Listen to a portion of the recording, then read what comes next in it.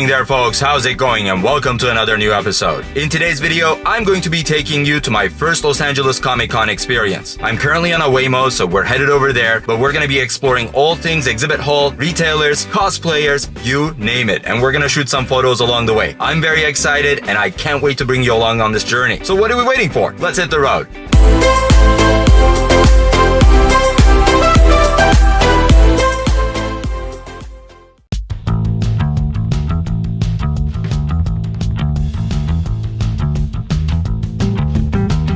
Alright folks, welcome back to my channel once again. As I was saying earlier, I am currently headed over to the LA Comic Con on a Waymo and I have about 42 minutes on the road right now. This is by far the longest I have ever been on a Waymo, so I'm very excited. I'm sure it's gonna be a safe ride. So Waymo, if you're watching this, please sponsor me. Let's talk.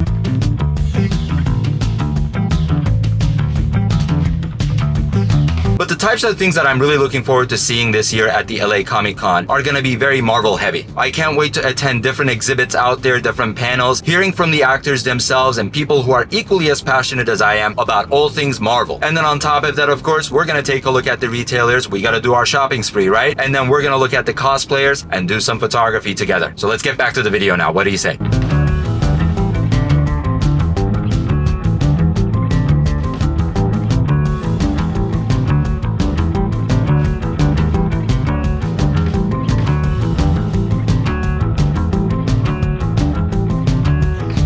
Alright folks, here we are at the LA Comic Con. The lines are fairly long, but they move quickly. We got our pass for Saturday, so let's go ahead and begin our exploration.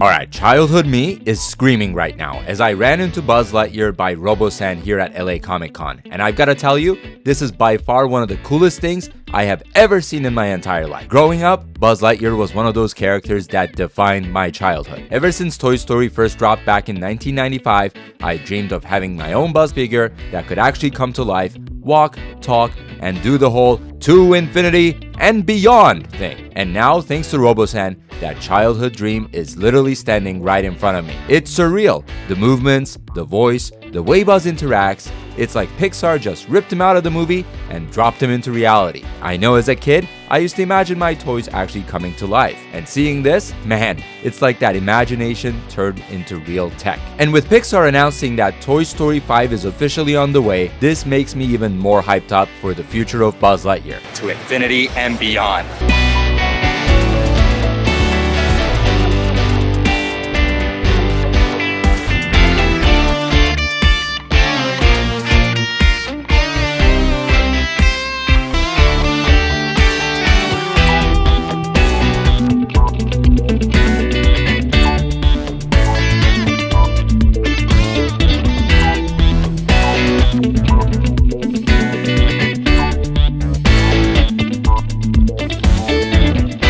I still eat them so many times. They're freaking amazing.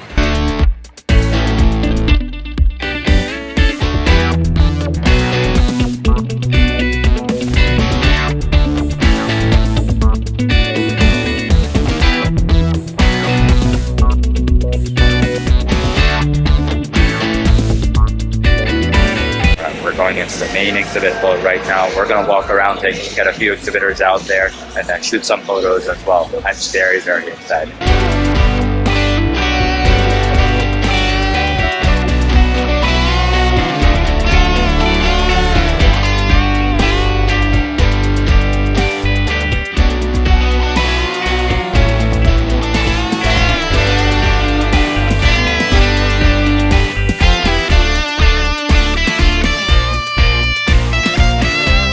Take a look at these figures and statues over here, folks. They're incredibly realistic and painted. Some of these are die cast, some of these are plastic, but really beautiful fabric put on them as well. They're just crazy realistic. I'm just astonished by these.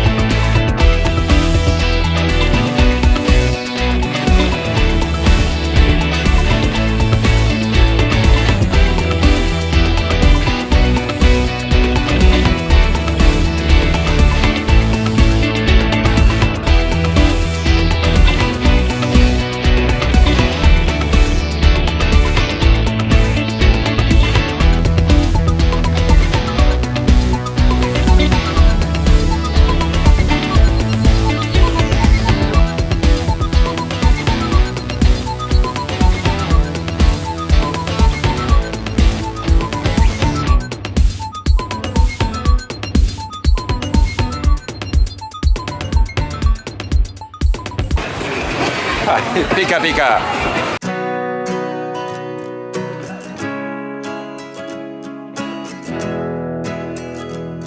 Among all the amazing panels, cosplays, and collectibles, there was one thing that truly stood out: the Stan Lee experience. Now, for those who don't know, the Stan Lee experience was this incredible high-tech installation where fans could actually interact with an AI recreation of Stan Lee himself. You could ask him questions, hear him respond, and for a few surreal minutes, it genuinely felt like Stan the Man was right there with us again. I'm not gonna lie, it was emotional.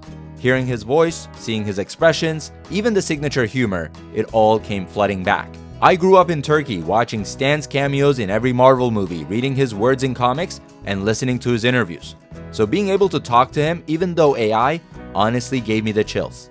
On one hand, it was a once-in-a-lifetime experience, sort of a glimpse of what it might have been like to sit down and talk to one of the greatest storytellers of all time. But on the other, it reminded me that even with all this incredible technology, nothing can truly replace the soul of the person behind it. Stan Lee was and will always be a legend. His stories shaped generations, his characters inspired millions, and his message of heroism and humanity will always live on. Thank you so much, Stan.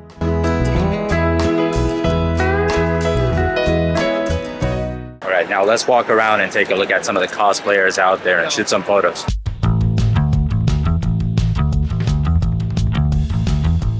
Alright, this one is one of my favorite parts of Comic-Con, the cosplay community. It's not just about dressing up, it's about bringing imagination to life. These fans spend weeks, sometimes months, crafting every detail, from armor and fabric to props and makeup, all to step into the shoes of the characters they love. I mean, just look at this. The craftsmanship, the creativity, and the commitment, it's simply incredible. You can feel the passion in every piece, every layer of paint, and every detail.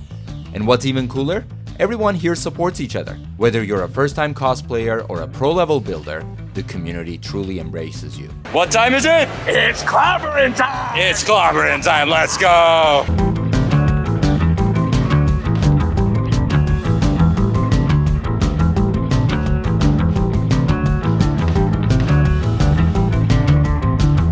Right, we've seen a bunch of cosplayers display their skill set and their passion for each of these franchises out here. Amazing work all throughout. It is so vibrant and so colorful with so many different IP out there. Whether you're an anime fan or a DC fan or a horror fan or even a Marvel fan, you'll find your fit right here for you at the LA Comic Con.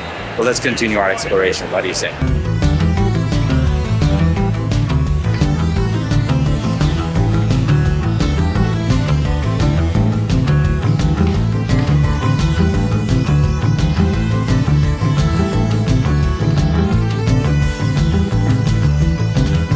This year's main stage panels were absolutely stacked. We're talking about anyone from Jessica Alba and Bryce Dallas Howard to names like Mike Colter, Kristen Ritter, Charlie Cox, and even Paul Bettany and Elizabeth Olsen, all sharing incredible stories, insights, and surprises. So let's break it all down. The panels kicked off with an amazing discussion featuring Jessica Alba, independent filmmaker Robert Rodriguez, and legendary comic book artist Frank Miller. They gave fans a sneak peek into the upcoming Lucas Museum of Narrative Art, a space dedicated to storytelling in all its forms, from comic books to film and beyond. Next up, Bryce Dallas Howard took the stage and brought the crowd back in time to her days as Gwen Stacy in Spider-Man 3 and her adventure in Jurassic World. She shared some heartfelt stories and memories about working with Tobey Maguire and Sam Raimi, describing how the Spider-Man set was both chaotic and magical at the same time, and how those early superhero films shaped her understanding of fan culture. Then, she spoke about Jurassic World and what it was like carrying on the legacy of a franchise she grew up watching. Then, Mike Colter talked about what it meant to play one of Marvel's most grounded heroes, Luke Cage, a bulletproof man in Harlem with a heart just as strong as his fists. Mike reflected on how Luke Cage helped push boundaries for representation in superhero media and teased that while he's not confirming anything, he's always ready to suit up again if Marvel makes the call. Then Kristen Ritter hit the stage next, and yes, she talked about all things Jessica Jones. She was open about how much the role meant for her, and while she didn't drop any major spoilers, she did hint that she's always game to revisit Jessica's story if the timing is right. Then came one of the weekend's biggest moments, Charlie Cox and the entire cast of the Daredevil Born Again. Charlie talked about how surreal it's been to return to the red suit after all these years, and how the new show will dive even deeper into Matt Murdock's faith, identity, and personal struggles. Finally, we got an emotional and insightful panel with Paul Bettany and Elizabeth Olsen diving into WandaVision, Vision Quest, and what could be next for their Avengers legacy.